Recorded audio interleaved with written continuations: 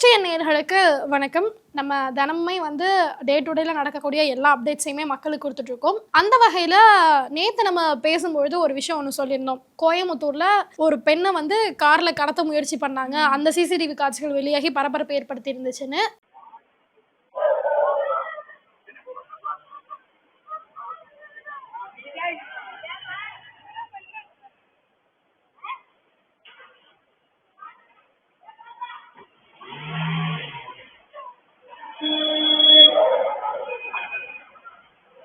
இப்போ செய்தியில அந்த பெண்மணி என்ன பேசுறாங்க அப்படின்னா, அது அவங்களுடைய கணவராம். அவங்க கணவருக்கும் அவங்களுக்கும் ஒரு சண்டை ஏற்படுதான். அதனால நான் கார்ல இருந்து இறங்கி அம்மா வீட்டுக்கு போனேன். இப்படியே பேசிட்டு எங்கேயும் என்னை கூட்டிட்டு வராது, சந்தோஷமா வச்சுக்காதுன்னு சொல்லி நான் கீழே அங்கே பார்த்தேன். அதுக்குள்ள பையனும் அவர் என்ன பண்ணாரு, கீழே இறங்கி நீ வீட்டுக்கு போனேன்னா பெரிய இஷ்யூ ஆயிடும், நீ வான்னு கூப்பிட்டாரு. நான் வரல, நான் கிளம்பி போறேன்னு. அப்புறம் காருக்குள்ள பிடிச்சி நீ முதல்ல வா உள்ள, நீ என்ன பிரச்சனை பண்ணாத, வீட்டுக்குள்ள போய் பேசிக்கலாம் அப்படின்னு சொன்னார். அவர் ஒரு அடி அடித்தார். நான் திருப்பி ஒன்று வச்சேன், நான் வாங்கணுமா உங்கள்கிட்ட அப்படின்னு.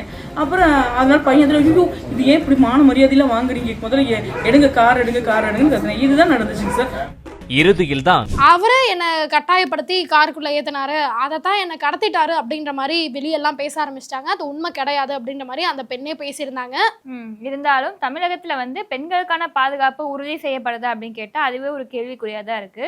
இப்போ கோவையில நடந்த இன்சிடென்டா இருக்கட்டும், இப்போ ரீசெண்டா கூட பார்த்தோம் அப்படின்னா மதுரையில ஒரு அரசு பள்ளியில ஆசிரியர் பெண் பிள்ளைகளுக்கு பாலியல் துன்புறுத்தல்ல ஈடுபடுத்துறாரு அப்படின்னு சொல்லிட்டு ஒரு செய்தி வெளியாகி இருக்கு. பயிலும் மாணவிகளுக்கு பள்ளி ஆசிரியர் ஒருவர் தொடர்ந்து பாலியல் ரீதியான தொந்தரவு அளித்துள்ளதாகவும், பள்ளி வகுப்புகளின் போது ஆபாசமாக பேசுவதாகவும், மாணவிகளிடம் தவறான வீடியோக்களை காண்பித்து தொந்தரவு அளித்ததாகவும் மாணவிகள் சம்பந்தப்பட்ட பள்ளி தலைமை ஆசிரியர் அளித்திருக்கிறார்கள். இந்நிலையில் இது சம்பந்தமா மாணவிகள் ஆசிரியர்கிட்ட குற்றச்சாட்டு வச்சாலும் தகவல் கொடுத்தாலும் எந்த ஒரு நடவடிக்கையும் எடுக்கவே இல்லை அப்படின்ற மாதிரி சொல்லப்படுது. ஸோ இதுக்கு மேல இருக்க முடியாது, பேரண்ட்ஸ் கிட்ட சொல்லிடுவோம் அப்படின்னு சொல்லிட்டு பேரண்ட்ஸ் கிட்ட சொல்லியிருக்காங்க. அதுக்கப்புறமா காவல் அதிகாரிகள் அணுகியிருக்காங்க. அதுக்கப்புறம் தான் இது பெரிய ஒரு விஷயமா பேசப்படுது. அப்போ பள்ளிக்கு மாணவர்களை பெற்றோர்கள் எதை நம்பி அனுப்புறாங்க அப்படின்னா, ஆசிரியர்கள் இருக்காங்க, பாடமும் சொல்லி தருவாங்க, நம்ம பிள்ளைகளையும் பார்த்துப்பாங்க. ஏன்னா நம்ம வீட்டில் இருக்கிற நேரத்தை தவிர்த்து பள்ளிகளில் தான் அதிகமான நேரம் செலவிடுறோம். அப்போ அவங்க பார்த்துப்பாங்க அப்படின்ற நம்பிக்கையில தான் அனுப்புறாங்க. ஆனால் ஆசிரியர்களே இப்படி யமனா மாறினா எங்கே போகிறது அப்படின்ற ஒரு கேள்வி பெற்றோர்கள் மத்தியில் பயத்தை ஏற்படுத்தும்ல. ஆமா, அதுவும் இல்லாம அந்த ஆசிரியர் மாணவிகள் கிட்ட ஆபாச படத்தை காட்டி அதை பாருங்கன்னு அவங்கள கட்டாயப்படுத்துறது மட்டும் இல்லாம அதை பார்த்துட்டு அந்த மாதிரி அவங்க கிட்ட எல்லாம் அத்துமீறல ஈடுபட்டாரு அப்படின்ற ஒரு விஷயமே வெளியே வந்துச்சு. கொஞ்சம் யோசிச்சு பாரு.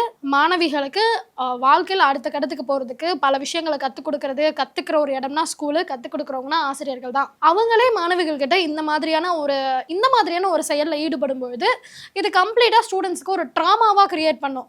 லைக் யாரை பார்த்தாலும் அடுத்து எங்க போனாலுமே எல்லா ஆம்பளைங்களும் இப்படிதான் இருப்பாங்க, எல்லாருமே இந்த மாதிரி தான் பண்ணுவாங்க அப்படின்ற ஒரு ட்ராமாவை கிரியேட் பண்ணும் அப்படின்றது தான் சைக்கலாஜிக்கல் ஃபேக்டர். அதை கூட யோசிக்காம இவ்வளோ படிச்சு நெட்டு எல்லாத்தையும் கிளியர் பண்ணி தான் கவர்மெண்ட் ஆசிரியரா வந்திருப்பாங்க. அப்படி இருக்கவங்க எதுக்காக இந்த மாதிரியான செயலெல்லாம் ஈடுபடுறாங்க அப்படின்னு பலருமே அவங்களுடைய அதிருப்தியை தெரிவிச்சிட்டு இருக்காங்க. இது மட்டும் கிடையாது, இந்த மாதிரி பல சம்பவங்கள் தமிழ்நாட்டில் கடந்த 4 ஆண்டுகள்ல நடந்திருக்கு. அதாவது பள்ளி ஆசிரியர்களே பள்ளிக்கு வரக்கூடிய மாணவிகள் கிட்ட பாலியல் அத்துமீறல ஈடுபடுறது அப்படின்ற சம்பவங்கள் தொடர்ந்து அதிகரிச்சுட்டே தான் வருது. இது குறித்து மாணவிகள் தைரியமா போயிட்டு தலைமை ஆசிரியர்கிட்ட புகார் கொடுத்தாலுமே பள்ளியுடைய பெயர் கெட்டு போயிடக்கூடாது, யாரும் பள்ளியை பத்தி தவறா பேசிடக்கூடாது அப்படின்ற ஒரே காரணத்துக்காக மாணவிகள் சொன்ன எதையுமே கேட்காம பெருசா அதை பொருட்படுத்தாம அப்படியே அமுக்கிற மாதிரியான செய்தி கூட நிறைய நம்மளே பார்த்திருப்போம்.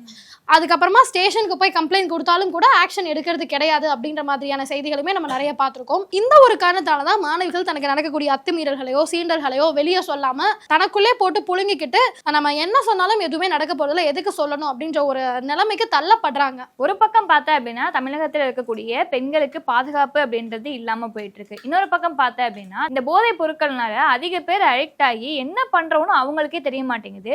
அப்படிதான் மயிலாடுதுறையில ஒரு வேன் போயிருக்கு, பள்ளி வாகனம் ஒன்று போயிருக்கு. அதுல சின்ன சின்ன குழந்தைகள் இருக்காங்க. ஒரு 3 பேர் மது அருந்திட்டு தள்ளாடிட்டே வந்திருக்காங்க. அந்த இடத்துல என்ன நடந்திருக்கு அப்படின்னா, வண்டியை நிறுத்தின்னு ஒரு அட்டூழியம் பண்ணி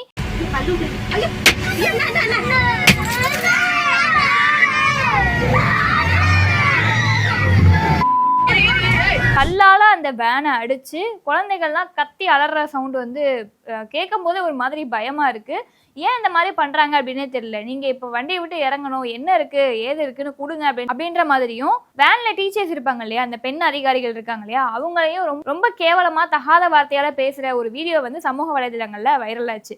அப்போ இந்த போதை பொருட்கள்னால மக்கள் வந்து இவ்வளோ துன்பத்துக்கு உள்ளாகிறாங்க அப்படின்னு தெரியுது, ஆனாலுமே எந்த ஒரு நடவடிக்கையும் எடுக்க மாட்டாங்க. என்ன காரணமா இருக்கும்? ஏன்னா இந்த அரசாங்கத்துக்கு அதிக வருமானத்தை ஈட்டி கொடுக்கறதே இந்த டாஸ்மாக் தான் அப்படின்ற ஒரு குற்றச்சாட்டை, ஒரு புகாரை வந்து எதிர்க்கட்சியில் இருக்கக்கூடிய பலருமே இந்த ஆளும் கட்சியை பார்த்து சொல்லியிருக்காங்க. ஏன்னா அதிமுக ஆட்சியில் இருக்கும்போது டாஸ்மாக் உடைய வருமானம் அப்படின்றது ரொம்பவே கம்மியான தான் இருந்துச்சு. ஆனா இப்ப திமுக ஆட்சிக்கு வந்த பிறகு ஆண்டுக்கு ஆண்டு டாஸ்மாக் உடைய வருமானம் அப்படின்றது ரொம்பவே அதிகமா இருக்கு. அதாவது லீகலா சில இடங்கள்ல அரசு அனுமதி பெற்ற நடக்குது, அரசு அனுமதியே கொடுக்காம சமீபத்தில் இந்த கோயம்புத்தூர் மாணவிக்கு நடந்த ஒரு அசம்பாவிதத்துக்கு முக்கிய காரணமா இருக்கிறது இல்லீகலா செயல்பட்ட அந்த ஒரு மதுபான கடை தான். ஏன்னா அரசாங்கத்துக்கிட்ட எந்த ஒரு பெர்மிஷனும் வாங்காம அந்த ஒரு பாதையில அந்த இல்லீகல் பார் இருக்கு, அங்க இவங்க சரக்கு அடிச்சுட்டு தான் இந்த மாதிரியான ஒரு சம்பவத்துல ஈடுபட்டிருக்காங்க அப்படின்ற ஒரு குற்றச்சாட்டுமே இருக்கு. அதாவது தெரியாமன்னா அனுமதி பெறாம அரசுக்கு தெரிஞ்சே இந்த மாதிரியான மதுக்கடைகள்லாம் அதிகமாயிட்டு இருக்கு.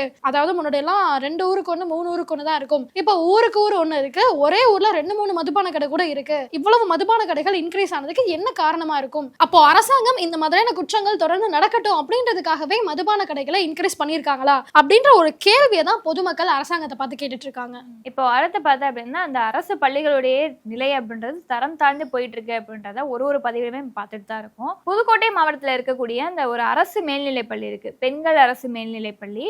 அதுல வந்து போதிய வசதி இல்லை. நாங்க வந்து எங்களுக்கு தேவையான கழிப்பறை வசதி கேட்கிறோம், வகுப்பறை வசதி கேட்கிறோம், அது கூட இங்க இல்லை அப்படின்னு சொல்லிட்டு அங்க பள்ளியில பயிலக்கூடிய 10 மாணவிகள் ஒன்னா சேர்ந்து அவங்க சமூக வலைதளங்கள்ல ஒரு வீடியோவா பகிர்ந்திருக்காங்க. இந்த மாதிரி எங்களுக்கு எதுவுமே சரியா கிடைக்க மாட்டேங்குது, நாங்க எத்தனையோ தடவை கம்ப்ளைண்ட் பண்ணிட்டோம், ஆனா ஆக்ஷன் எடுக்க மாட்டாங்க அப்படின்னு சொல்லிட்டு அவங்க வந்து பதிவு பண்ணியிருக்காங்க. இப்படி திமுக ஆட்சி வந்ததுல இருந்து இப்ப வரைக்கும் பார்த்தா அப்படின்னா இந்த அரசு பள்ளிகளோட நிலை அப்படின்றது கீழே டவுன் ஆகி போயிட்டே தான் இருக்கு. பேரண்ட்ஸ் ஏற்கனவே வந்து அரசு பள்ளியில சேர்ப்போமா வேண்டாமான்னு கன்ஃபியூஷன்ல இருப்பாங்க. இப்போ ஒரு நாளும் நடக்கிற இன்சிடென்ட்டை பார்த்தோம் அப்படின்னா வேண்டவே வேண்டாம் அப்படின்னு சொல்லிட்டு ஒதுக்கிடுவாங்க. திமுக ஆட்சியில மட்டுமே 200க்கும் மேற்பட்ட அரசு பள்ளிகளை மூடிருக்காங்க அப்படின்ற ஒரு செய்தியுமே நம்ம வந்து பார்த்துருக்கோம். ஸோ இந்த அரசு பள்ளிகள்ல வந்து சரியா சீரமைச்சு கொடுக்காம இருக்கிறது, அரசு பள்ளி மாணவர்களை வந்து வெளியே அமுச்சு விட்டுட்டு உங்களோட சரி முகாம் நடத்துறது, இந்த மாதிரியான வேலைகள் அதிகமா செய்யறதுனால எப்படி நாங்க மாணவர்களை படிக்க அனுப்புவோம் அப்படின்ற மாதிரியான கேள்விகள் பெற்றோர் மத்தியில எழ ஆரம்பிச்சிச்சு. இப்ப நேத்து கூட நான் ஒரு செய்தி பார்த்தேன். இங்க சோழிங்கநல்லூர்ல ஒரு அரசு பள்ளியில எக்ஸ்ட்ரா கட்டடம் கட்டுறதுக்காக அடிக்கல் நாட்டு விழா, அந்த பூஜை பண்ணுவாங்கல்ல, அந்த பூஜைக்காக அந்த தொகுதி எம்எல்ஏ, சோழிங்கநல்லூர் தொகுதி எம்எல்ஏ அரவிந்த் ரமேஷ் வந்திருக்காரு. வேலை வாங்குறீங்களா இல்ல வேலை வாங்குறியா? ஆளு இத்தனை பேர் வேலைக்கு போட்டு கிளீன் பண்றது கூட ஒரு ஆள் இல்லாத வச்சுக்கிறீங்க லட்சணா. அங்க அவர் அங்க கழிவறை எல்லாத்தையும் செக் பண்ணி பார்த்துட்டு அவ்வளோ மோசமா இருந்திருக்கு. லைக் நம்ம ஊர்ல யாராவது அரசியல்வாதி வராங்க, யாராவது பெரிய ஆள் வராங்கன்னா அப்பவாவது சுத்தம் பண்ற மாதிரி சில ட்ராமா எல்லாம் பண்ணுவாங்க, அதை கூட அங்க பண்ணல போல் இருக்கு. ரொம்ப ஒஸ்டா இருந்திருக்கு. அவர் பார்த்துட்டு கேள்வி எல்லாம் கேட்கிறாரு, எதுக்கு இதெல்லாம் இப்படி இருக்கு, கிளீன் பண்ணுங்க, காசு வாங்குறீங்கல்ல, ஒழுங்கா சரி பண்ணுங்க அப்படின்னு கேட்கிறாரு. திமுகவை சார்ந்த எம்எல்ஏ அவர், சரியா? இத்தனை ஆண்டுகளா அதே தொகுதியில தான் அவர் எம்எல்ஏவா இருக்காரு, அதே பள்ளி அதே இடத்துல தான் செயல்பட்டு வருது. உண்மையாவே அரசு பள்ளிகள் மேல அக்கறை இருந்துச்சு அப்படின்னா எப்பவோ இந்த ஆய்வு பண்ணிருக்கலாம். ஏதோ ஒரு விழாக்காக போயிட்டு அப்ப வந்து இந்த விஷயத்த பார்த்துட்டு கேட்கறது அந்த அளவுக்கு சிறப்பா இல்ல. தொகுதி மக்கள் மேலேயும் அரசு பள்ளிகள் மேலேயும் பயிலக்கூடிய மாணவர்கள் மேலேயும் அக்கறை இருந்துச்சு அப்படின்னா அப்பப்போ இந்த மாதிரி இன்ஸ்பெக்ஷன்லாம் நடத்தணும். அப்பதான் அங்க இருக்கக்கூடிய வேலை பார்க்கக்கூடிய அதிகாரிகளுக்கு ஒரு பயம் வரும்.